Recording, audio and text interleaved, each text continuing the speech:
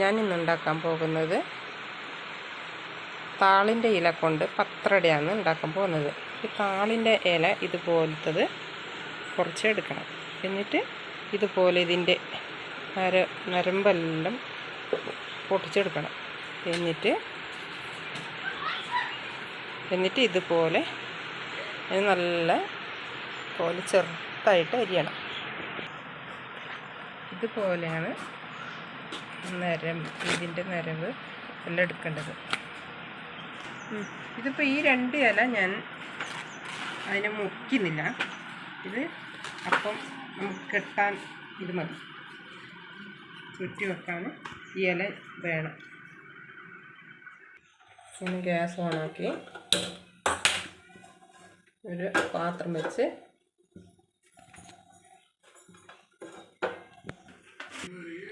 പച്ചരി വേണം നമുക്ക്. അതിന് പച്ചരി വെള്ളത്തിൽ കുതിർത്തത് ഒരു 6 മണിക്കൂർ കുതിർത്തതാണ് ഇത് ഞാൻ കഴുകി വൃത്തിയാക്കി വെച്ചതാണ്. ഇത് വേണം. മുളകിട്ട് നല്ല വറുക്കണം. അതിനെ വറുത്ത് നല്ല പോലെ ചൂടാവാൻ വരെ ഇത് വറുത്തെടുക്കണം.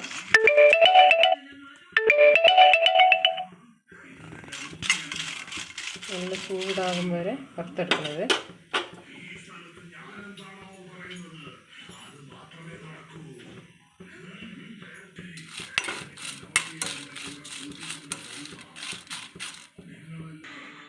ഇതിപ്പോൾ നല്ല ചൂടായി.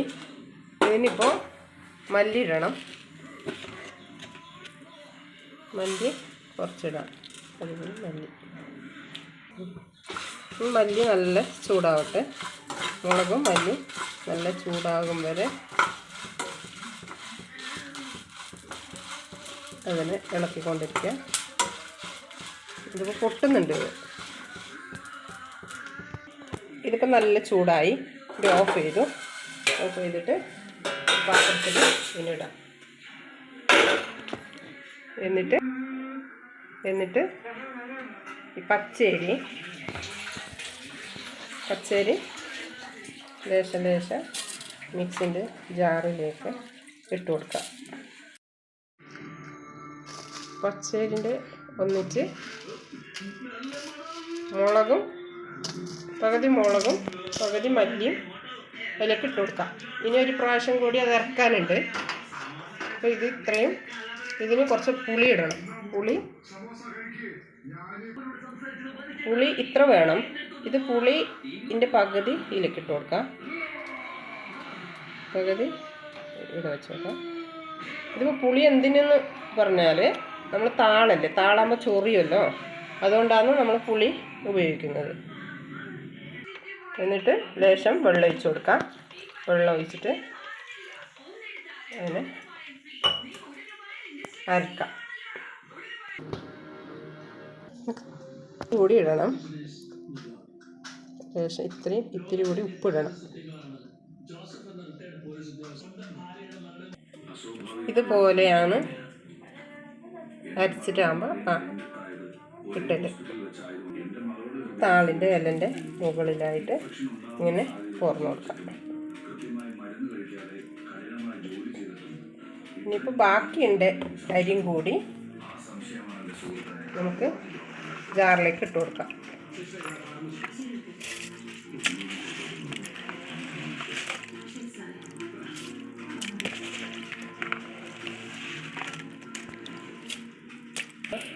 രണ്ടാമതും ഞാൻ ഇതിൻ്റെ ബാക്കിയുള്ള അരിയും ലേശം ഉപ്പും ഇതിലേക്ക് ഇട്ട് കൊടുക്കാം. ഇത് രണ്ടാമത്തതും ഞാൻ അതിലേക്ക് ഇട്ട് കൊടുത്തിട്ടുണ്ട്. ഇതിപ്പോൾ ഇനി നല്ലപോലെ ഇളക്കി കൊടുക്കണം. ഇതിപ്പോൾ സ്പൂൺ കൊണ്ട് പറ്റുന്നില്ല, കൈ കൊണ്ട് ഇതിനെ നല്ലപോലെ അരക്കും. ഇത് നല്ല പരത്തി കൊടുക്കണം. ഇതിലേക്ക് ഫുള്ള് മിക്സ് ആവണം.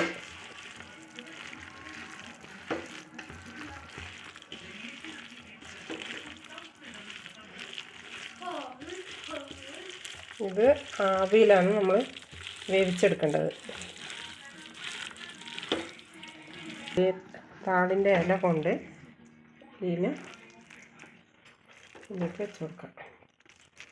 ഇപ്പോൾ വലുതാക്കിയിട്ടാണ്, പിന്നെ മുറിക്കാനുള്ളതാണ് ഇത്.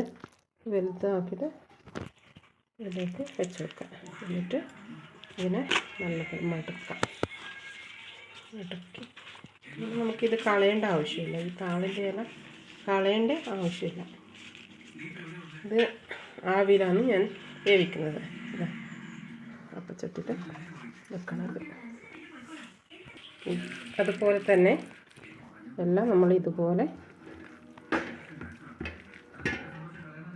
ഇതിനെ വേവിച്ചെടുക്കാം.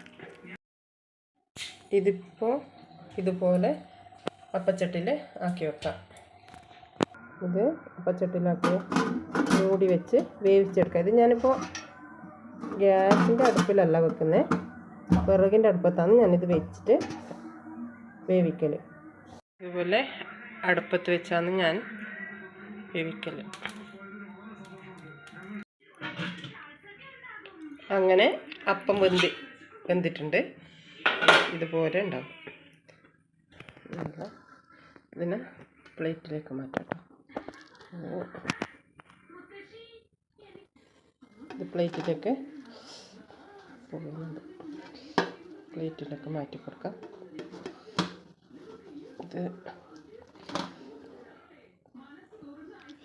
ഇത് ഗ്യാസ് കത്തിച്ചിട്ട് നമ്മൾ പാത്രം വെക്കുന്നു.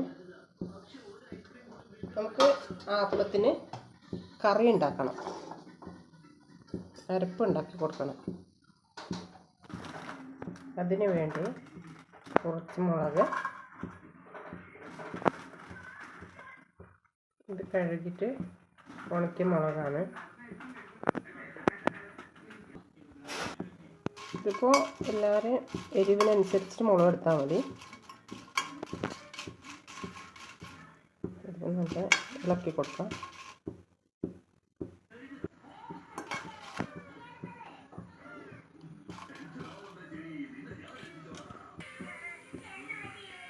ഇതിൻ്റെ ഒരു തേങ്ങ, നല്ല വലിപ്പമുള്ള തേങ്ങ വേണം ചെറിയത്. പിന്നെ സാധാരണ ഒരു വലിപ്പമുള്ള ഒരു 4-5 ഉള്ളി. ഇതിപ്പോൾ മുളക് ചൂടായി വന്നിട്ടുണ്ട്. ഇതിനൊക്കെ കുറച്ച് മല്ലി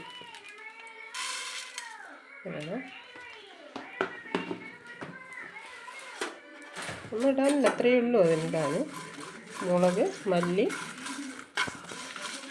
പുളി കുറച്ച് കൂടുതൽ, പിന്നെ തേങ്ങയും കൂടി ഇട്ട് അരച്ചെടുക്കണം.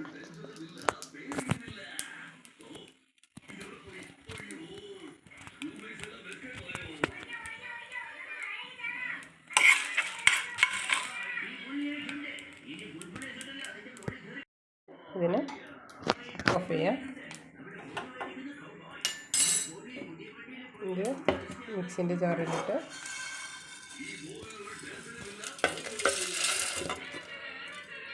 ഇതും പിന്നെ തേങ്ങ ചിരിയതും അതിലേക്ക് ഇട്ട് കൊടുക്കാം. ലേശം മഞ്ഞൾപ്പൊടി, ഇത്രയും പുളി, വെള്ളം ഒഴിച്ചിട്ട് ലേശം വെളുത്തുള്ളിയും ചെറിയ ജീരകവും കുറച്ചും കൂടി വെള്ളം ഒഴിച്ചിട്ട് നല്ലപോലെ അരച്ചെടുക്കാം. ഇതുപോലെ ആവണം അരച്ച്. എന്നിട്ട് അരപ്പ് ഇതിലിട്ട് കൊടുക്കാം. ഇതിലേക്ക് വെള്ളം ഒഴിച്ചിട്ട് ഇത് ലേശം കുറച്ച് നല്ല ലൂസായി കിട്ടണത് അതിൻ്റെ അരപ്പ്. ഇത് വെള്ളം കുറച്ച് ഒഴിച്ചിട്ട് ഇളക്കി കൊടുക്കാം. ഇതിന് കുറച്ച് വെള്ളം ഒഴിച്ച് കൊടുക്കണം. ഇത് പോരാ. അതുപോലെ ഇനി അപ്പം ഇടാനുണ്ട്. അതുപോലെ ആവശ്യം പാകത്തിന് ഉപ്പിടുക. എന്നിട്ട് ഈ ഉള്ളി അരിഞ്ഞ് വെച്ചാൽ അതിലേക്ക് ഇട്ട് കൊടുക്കാം.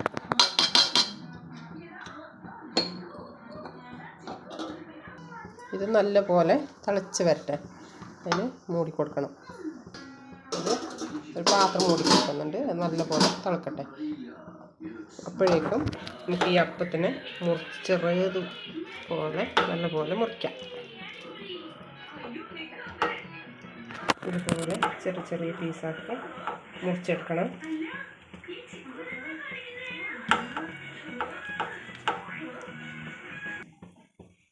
തിളച്ച് വന്നിട്ടുണ്ടാവും. ഇപ്പോൾ നല്ല പോലെ തിളച്ച് വന്നിട്ടുണ്ട്. പിന്നെ ഈ അപ്പം ഞാൻ മുറിച്ച് വെച്ചിട്ടുണ്ട്.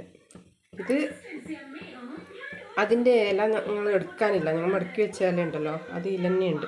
അത് താളിൻ്റെ ഇലയല്ലേ, അതുകൊണ്ട് അത് അതിൻ്റെ തന്നെയല്ല അപ്പം, അതുകൊണ്ടാണ് എടുക്കാത്തത്. ഈ പീസ് നിങ്ങൾ ഈ അരിപ്പിലേക്ക് ഇട്ട് കൊടുക്കണം.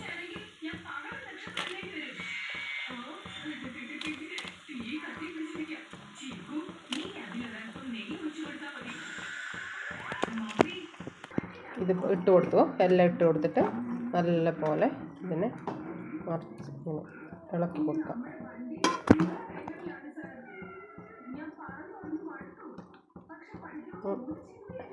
ഇതിൻ്റെ അരപ്പ് ഇങ്ങനെ മുങ്ങിക്കെടുക്കണം. അപ്പത്തിൻ്റെ മുകളിൽ മുങ്ങിക്കെടുക്കണം. ഓക്കെ, ഇപ്പോൾ പത്രട റെഡി. കാസർഗോട്ടെ ഉണ്ടാക്കുന്നത് ഇതുപോലെയാണ്. നിങ്ങളുടെ നാട്ടിലൊക്കെ ഇത് ഉണ്ടാക്കാറുണ്ടോ? ഉണ്ടെങ്കിൽ കമൻറ്റ് ചെയ്യും. നല്ല ഇഷ്ടം.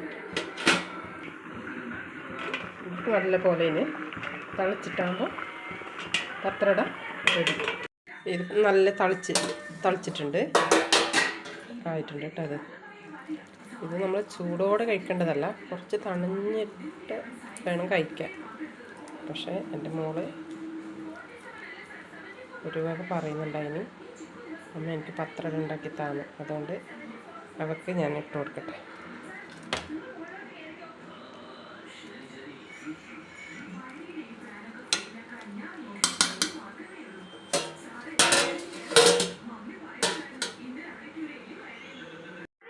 ഇതിപ്പോൾ എൻ്റെ മോക്ക് ഞാൻ കൊടുക്കാൻ പോവാം. അവൾ എന്ത് പറയുന്നു നോക്കട്ടെ.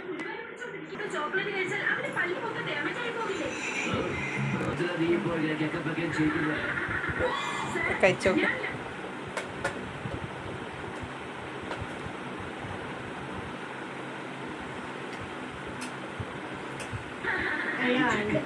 സൂപ്പറാണോ?